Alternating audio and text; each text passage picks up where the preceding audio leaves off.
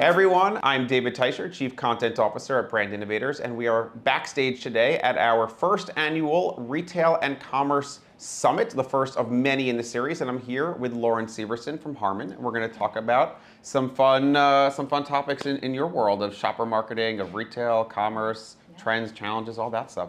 Thank you so much for being here. Yeah, well, thank you for having me. Very excited to be here. Hudson Yards, haven't been before, and it's beautiful. Absolutely. Well, we've got 2 fantastic days planned, and we're psyched to dive into a few things with you. So let's take a step back and just do a little retrospective from the past 2-3 years, right? We just went through this big marketing through a pandemic, and now we're going to kind of go into the next part of the roller coaster. But what lessons did you learn? Are there any gleanings or learnings you can take from over the last 3 years, ideas about how people shopped, about what they want that you can apply to your work in the future? Yeah, well, definitely keeping it simple for shoppers to be able to get what they want, get in and out, making it the shopping experience less stressful for everyone. I mean, there's clearly so many things that are on people's minds now these days. And I think just offering an opportunity for them to have a better ease of getting in, getting out, getting what they need. And then also even marketing why they should buy your product and why that will, really bring some value to their life. Absolutely. So then let's move forward. We're coming out of the marketing through a pandemic, and now we're going to be marketing through economic uncertainty, whatever that means, recession, inflation, or just the question marks. So how does that affect your job and what you do and shopping habits and all that? Well, I think definitely meeting the customer needs, like I just mentioned, and also being empathetic during this time. Many people are facing these financial challenges, a lot going on within that space. So even offering up ways that customers can potentially buy now and pay later, offering that either on your website, so customers can kind of pay as they go over the months and time.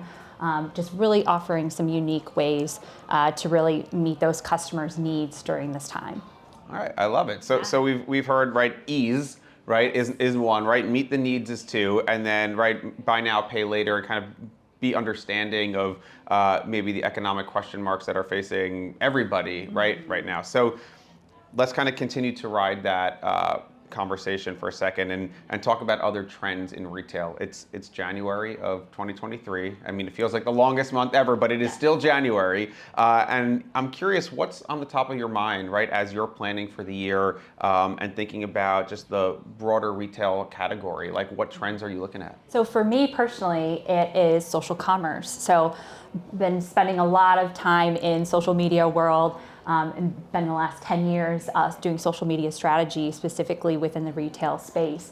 And so I think it's really unique to have that social commerce opportunity. So it used to be where social media was just a way for consumers to consume content. However, now it's ways that they can actually go out there and shop. So how can you meet them on those channels and platforms, and offers ways that they can directly purchase your items in there. And a big opportunity that we're leveraging with a way to shop on social is partnering with influencers. So a really key opportunity to get the word out there about your product, build that brand and product familiarity, also driving traffic to your website as well. Absolutely, you beat me to it. That was going to be my follow-up question. But it does beg the question, right, and makes us think as an industry of the difference between an influencer versus a creator, right? Because there's a lot of amazing, talented creators out there who aren't necessarily pushing consumer behavior or influencing purchase behavior. So what do you look at when you're looking at those potential influencer partners or relationships? Yeah, well, ones that clearly have a really strong engagement with the fans and followers that they've accumulated. There is celebrity talent out there that have millions of followers, which is really great for them. But then are they transitioning and building that relationship with those individuals?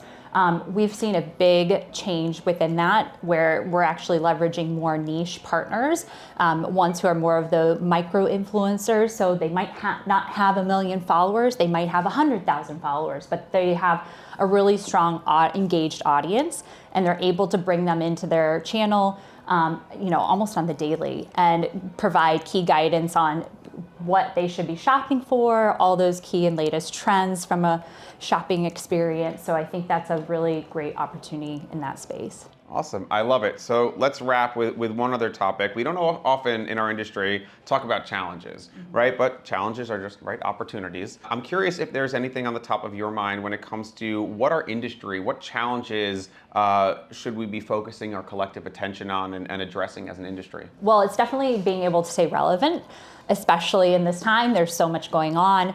And for us, JBL is a brand that's over 75 years old. So how can we potentially, continue to stay relevant and top of mind for shoppers? In most recent experience, we've been really leveraging our partner, Doja Cat. So she's had a phenomenal past 2 years alone within her own world in the music industry. And we've been really leaning into that more and effectively. How can we really leverage that partnership and pulling out key opportunities? So we actually just launched JBL by Me, where we can do personalized products, and Doja Cat actually launched that with us back in December. So we were really excited to have that partnership. She had some really cool, unique speakers, JBL speakers, that she was able to kind of craft and design herself, and then encouraged others to do so as well. So we actually had the most traffic to our website, more traffic than we did on Cyber Monday and Black Friday. So that was huge for us, especially within December.